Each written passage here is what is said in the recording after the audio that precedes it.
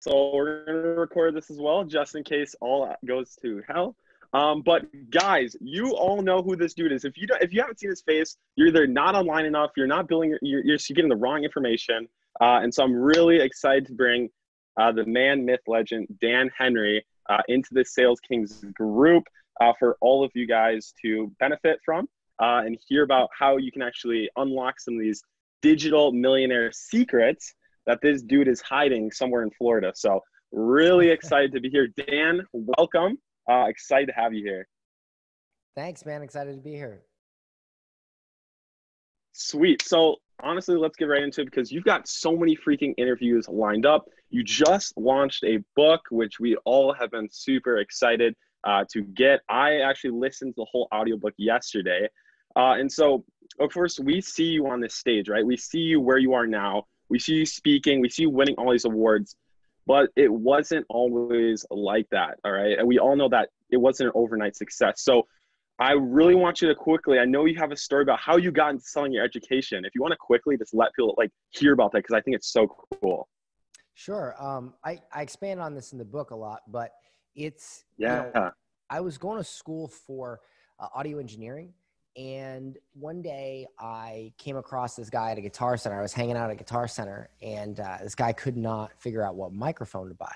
So I gave him some basic advice, and he was so impressed by it that he offered me $100 to come back to his house and teach him how to use his audio software. And so I did, and I'm, leaving I'm leaving his house. I'm looking at this $100 bill thinking, this is the easiest money I've ever made. I just taught somebody else what I knew. And I wasn't even like a super expert in it. I was going to college for it, but I knew more than he did, and that was enough. And that was really cool. But shortly after that, something terrible happened. We found out that my college had faked their accreditation, and there was a class action lawsuit, and pretty much our degree was worthless. So a very large portion of the students, including myself, we dropped out, and we just went our separate ways. And over the next, 7, 8 years, I really tried to figure out how to turn that into a real business and become an entrepreneur. And I had some wins. I had a lot of losses. And then eventually it got to where I hit a real bad time, and I was so broke that I couldn't even afford to pay the electric. I even tried to sell water bottles on the side of the road. Yeah, I heard that in the book. That's crazy. Yeah, there's a picture of that in the book in case anybody's like, oh, that's not true. I just have a picture from my iPhone of me in a shirt that said $1 water. That was terrible. And so I did that, and eventually I did figure it out and grew what is now today a $10 million company at getclients.com. So and I took that entire process, documented it. That's so cool. Put it in the book. So, yeah. And that's it's so funny because I was reading this book. I'm like, okay, I've taken SALT courses.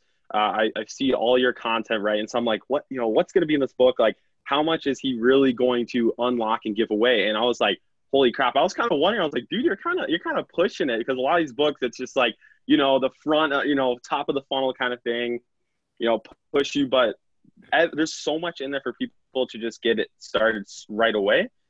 Even if they don't have experience. And so that's another question I want to move into. A lot of these people, the biggest objection I hear people say is like, oh, I'm not an expert, or I don't have enough credibility. The whole aspect of that, I know I face that. So what do you have to say to those people that are maybe saying, this won't work for me? I'm just starting out. Well, first of all, there's an old saying, everybody starts somewhere. And the thing is that you don't need to be, the word expert is misused a lot. Like I said, this guy paid me $100 to teach him how to use his audio software. Am I a certified expert in that software? By the way, it's called Pro Tools. Was I a certified expert? No. Did I have any sort of awards or certifications in it? No. I just knew how to do something that he wanted to know how to do. So if you have knowledge that somebody else would want to know, you can profit from that knowledge. If you have ever given somebody advice on something, you can profit from that. And what a lot of people don't understand as well is that you actually can sell other people's knowledge.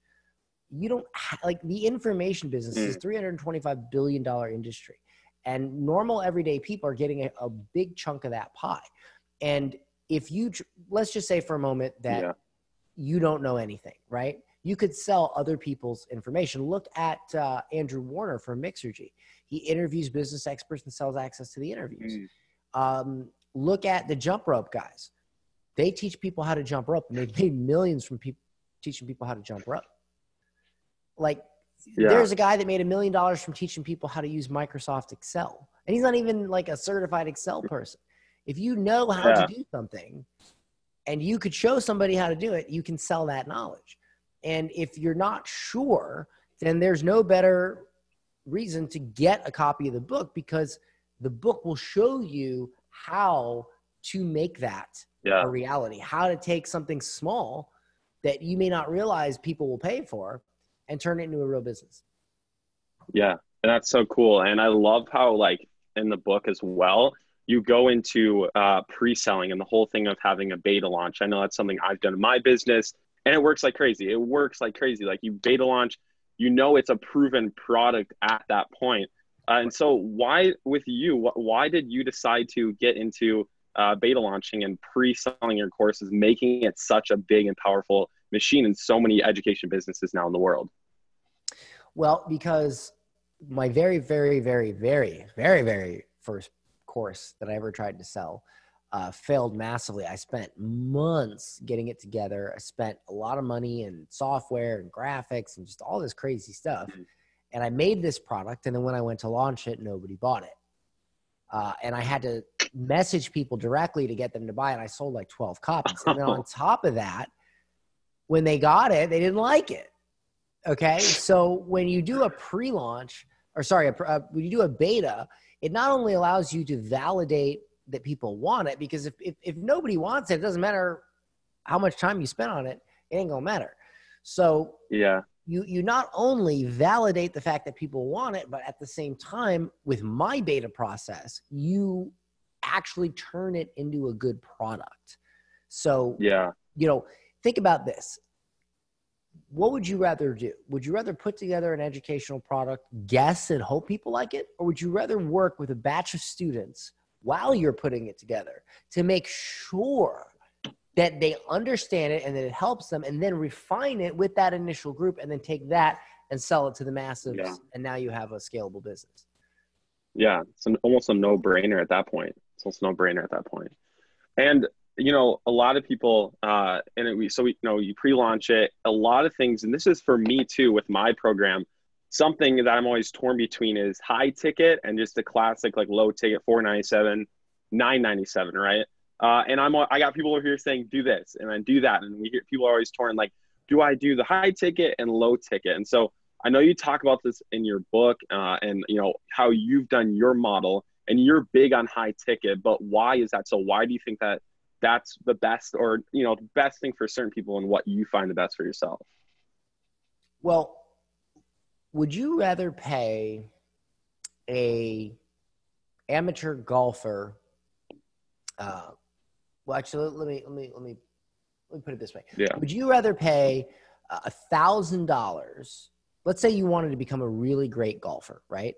Would you rather pay $1,000 to attend a one-day Tiger Woods conference or seminar where there's like 200 people there, and yeah, it's Tiger Woods, but you're not really going to get to talk to him personally. You're just going to be at the seminar? Or would you rather pay $5,000 to work with a golf pro that is not as famous as Tiger Woods, but he's going to work with you personally in a small group over the course of several weeks? Which would you rather, which do you think would make you a better golfer? No, of course, going hard 5,000 right there, personal help. Right. So the thing is if you really want to get people better results, you have to be able to work with them on a closer level. And in order to do that and have the support to do that, you have to charge more. That's how it works. Yeah. I can't get on a call every week and talk to somebody for $997. I just can't. We have 6,000 people in our $997 program. You imagine But if I charge, for instance, my $30,000 mastermind, Yeah. our weekly calls only has like 3 people on them. So I can talk for 30 minutes to somebody directly. Yeah. And those 30 minutes could be the difference between, a 6-figure month and a bad month because of one bad decision they made if they didn't talk to me. It's something that I've already been through, and I had the time to break down and figure out exactly what was happening in their business. So you got to look at that. Now, at the same time, there are times to sell low ticket, but it depends on the offer. It depends on the audience. And it depends on what you're doing. Yeah, that's awesome. That's so cool. And, moving into a lot of the ways where you're like, okay, how do you sell high ticket? Because your program, didn't you bumped it up to about 10,000? I know you doubled the price recently. And, people are like, okay, let's say someone's selling a $10,000 package. They're like, how do you do it? Like, I know you talk about this in your book and you go way more in depth and you give the whole 30-day to 100K thing. That was crazy.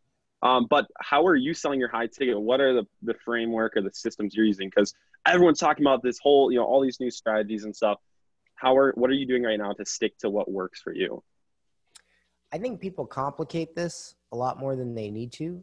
If you add the value, if you make it make sense, right?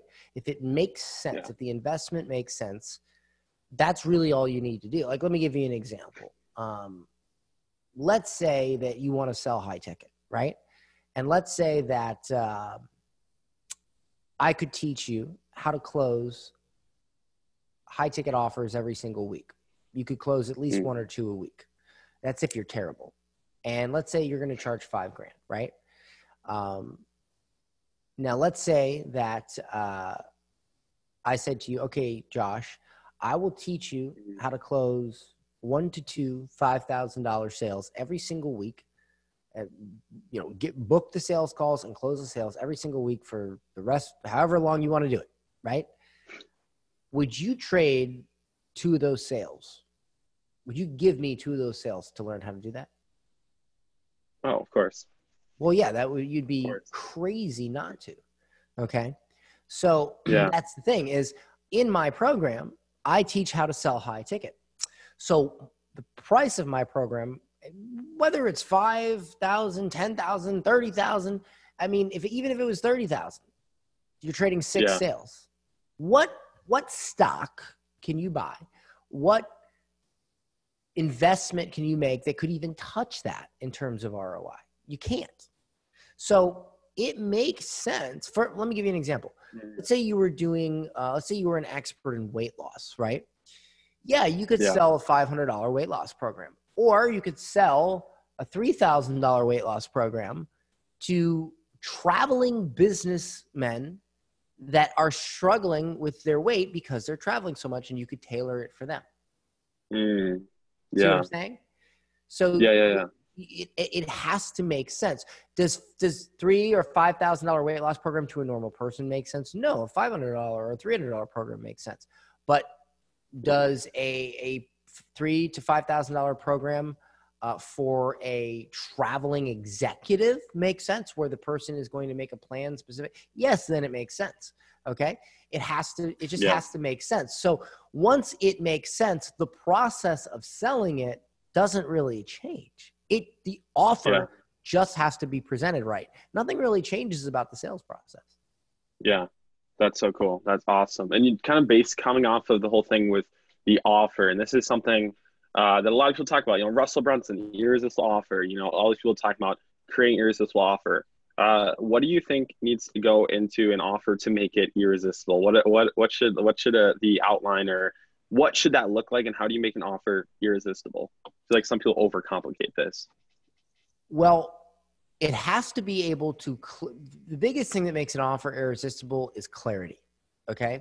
It has to clearly look, every product is a solution to a problem. You will not find an exception anywhere to this, right? If you are hungry, that's a problem. So you go to a restaurant. Not right now, but in general, you go to a restaurant. If you are cold and your AC is broken, that's a problem. You call the AC company and they come fix your your stuff. So every product is a solution to a problem. And you might say, well, Dan, what about a fidget spinner? It's still a solution to a problem. You're bored. So there you go. So, oh goodness. Okay, so that's the thing. So a lot of people, they make products and they don't clearly identify the problem and why they have a solution to it. And what makes your product irresistible, see, people, they often think about bonuses and, oh, let me add this and let me add that. And these are superficial things. What makes an offer irresistible is somebody can say, this is the exact problem that I have. This product is the exact solution I need. Here's why it is the solution. And here's also why it can solve any foreseeable problems that I would also have. That is what makes an offer irresistible. So when you make bonuses, you just don't make bonuses. You make bonuses that address potential problems that somebody would encounter when they get into doing whatever it is that you're selling, right? So, or it makes it easier, or it makes it faster. Like one of the best things I ever saw in a weight loss program was one of my clients. She did this thing where she took every major restaurant, right? Every major restaurant that you could possibly go to, Applebee's, Chili's, Denny's. And she made her own menu of what you could and could not order on that menu, and if you did order it, what to put on the side, right? So like if you order this particular salad, you can, but make sure to ask for it grilled and don't get these dressings. And literally she then put it into an app where if you were out, you could look at your phone and you could look at the app, you could go Denny's and go, this is what I can eat. And boom, the decision-making is done and you just order that. Okay. That's so cool. You see what I'm saying? It's not about what you offer. It's about how that thing helps solve the problem. And when you make an offer that can completely solve the problem and solve any subsequent problems and make it all easier and faster, you have an irresistible offer. Let me give you one more example. If you were to ask somebody to, no copy, right? But if you were to ask somebody to build you an automated webinar funnel with different email contingencies based on what time they watched the webinar, order page, membership, everything, they would likely charge you anywhere from $10,000 to $20,000 to do that. Okay. Even if they gave you fill in the blank copy, right? So in our program, Sold Out Courses, we give you that included with the program. And we give you my best copy and copy frameworks that you can just plug in. And we give that to you for live webinars. And we give that to you for high ticket webinars.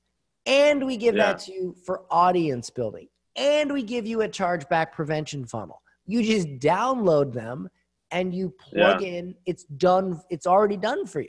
Right. So so I thought to myself, okay, I could teach them how to build this, or I could just build it for them and be like, here, fill in the blanks, which is more irresistible. Because at the end of the day, when you're trying to sell your knowledge, are you trying to become a email automation expert, or are you simply trying to sell what you know? There's no reason for you to become an email automation expert. There's no reason for you to become an expert in all these things. Your expertise is what you're selling. So I'm going to make it as easy as possible on you to sell your advice and not have to learn all these different, softwares and stuff. I'll just, here's the instructions. Just fill in the blank with your message. Done. Go sell, go grow your company. So that's what makes my offer irresistible, whether or not I charge $5,000, $10,000, whatever.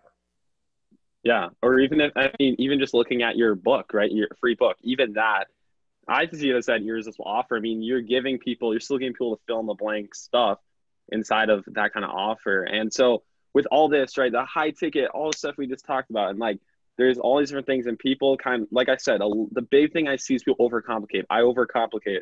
I add too much to my plate, thinking and listening to all these people. And so you talk about this in your book and, focus. And so how important is focus to you, and how do you stay focused and disciplined? Because I feel like that is the game changer, no matter who's watching this and what their business is. Well, if you ask, I believe focus is the number one most important thing. And you don't have to believe me, but would you believe Steve Jobs? Would you believe Warren Buffett? Would you believe Bill Gates? Because when asked what the number one factor in their success was, all three of them said the exact same thing, and they said it in one word. And that one word is focus. And focus is largely about it's not what to do, it's what not to do. Yeah. Okay. Focus is about doing less and focusing on the things that work and saying no to things. That is what focus is about. Yeah. That's awesome. I feel like some people, I like how you said it's saying, no to more things, because I feel like we're always saying yes to so many different things, and, hopping on different like podcasts, interviews, doing JVs. And I feel like just focusing down to one thing is the biggest thing. And that's something that I'm always trying to focus on as well. Funny as that is. But as we kind of wrap this up too, one thing I want to ask you is, for people I have a lot of people my age, right? A lot of people that are still teenagers that are getting into this space. So many people message me asking for advice. What is your advice to people of that age? Because I don't know what you would say that. I haven't really seen your content on that. But what would you say, like some kid, if someone pays like $5,000, you're gonna tell them like one big thing, what would you yell at them to do and to have like make them implement? What would you say? So the question is, what would I tell a teenager? Yeah, like a teenager, someone my age who's just getting into all this. I mean, and how old are you? I just turned 18. So I guess I'm not a teenager anymore, but I would not treat you any differently than anyone else. I would give you the exact same advice. The advice doesn't change based on your age. What I would say is, at the very minimum, take advantage of the fact that you don't have, and I'm going to assume that you don't have a mortgage, you don't have a family, you don't have all this stuff that is going to potentially be friction for you. So I guess the number one thing I would say is, instead of partying, instead of going to concerts, unless it's like Tool, you got to go to that. Instead of going to bonfires and parties and concerts and festivals and just all the stuff that people your age do, build a business, because you have zero friction. And that's what I worked on. And unfortunately, it took me till I was almost 30 to become a millionaire from it. But I put all that stuff in this book. So if you're 18 years old right now and you have no friction and you can consume this and you can get the help you need, it's funny because an 18-year-old, right? You guys will spend $80,000 on a college education that'll put you in debt, but it's this crazy thought to spend, $2 to $5 grand, $8 on a book or $10 on a book, or even $5 to have a millionaire help you become a real actual millionaire help you with your business, versus somebody who makes 40 grand a year teaching at college that you're going to learn how to make money from them. You know what I mean? Now, of course, if you're going to be a doctor or a lawyer, I would prefer you go to college. I don't want you operating on my brain without any college. Those aside. But my thing is, do it now with friction. Look, you'll be able to go to those concerts and those festivals when you're a little bit older, and you'll be able to go VIP. Because in the past 4 years, I've done more fun stuff in the past couple years than I ever did when I was your age. And when I was your age, I had to scratch together every penny I could just to go. Now I go VIP everywhere I want to go. I have whatever the best experience you could possibly have for any event, any fun thing.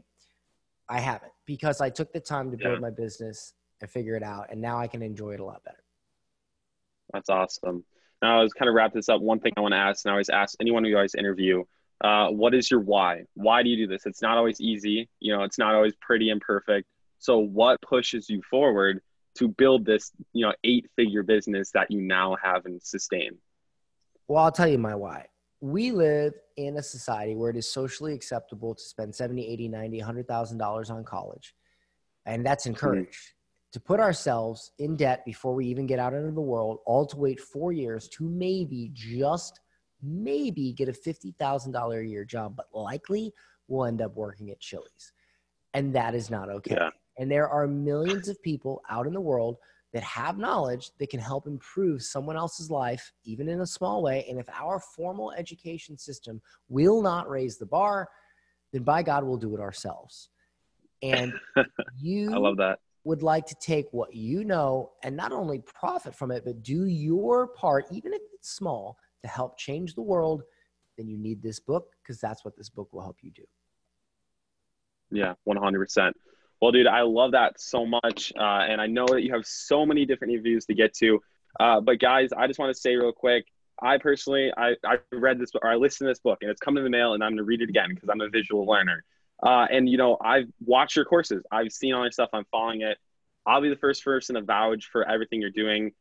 It's working, obviously. I mean, you're on stage at Funnel Hacking Live. If you don't trust Dan and you trust Russell, well, Russell put him on his stage. So, I mean, okay, there it is.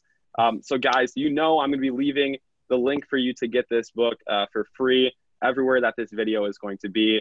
Make sure to grab that. And also, if you guys get the book, you watch this, you purchase it through the link or whatever, make sure to send me a screenshot, because I also be giving bonuses along with them. Not an affiliate. It's not going to be an affiliate link, but I'd also, for you agency owners, I'll be giving you guys some awesome scripts and templates if you guys do that. So send me a screenshot, tag Dan if you're buying it too on his Instagram, whatever it may be. Go show him some love and read this book. Dan, if you have any last words or anything else that you want to say to these people, you do. The stage is yours. I would just say, you know, what defines us is not how we conduct ourselves and how we react in times of prosperity. What defines us is how we react in times of struggle. So just know that no matter how bad things are with anything, whether it's the world, whether it's you, whether it's your home, your family, your business, that, you know, if you stop solving problems, you're going to go nowhere. But if you keep solving problems and you don't let up and you are relentless with your pursuit of success, success will come. Love that so much. Well, guys, if you want to turn your knowledge into a business, if you're an expert at anything, I mean, this dude literally taught a guy how to use a mic for $100, and now he's at 8 figures. So that's proof in itself that you can make it happen. Someone like me can watch his stuff and make it happen as a teenager. Obviously, it can work for all of you guys. So make sure to go out and get the book today. As I said, I'll leave the link there. Dan, so happy that we have you here. And we're going to let you go off and keep killing it with the rest of the interviews. Thanks, man. You have a good one. I had a great time. All right. See ya.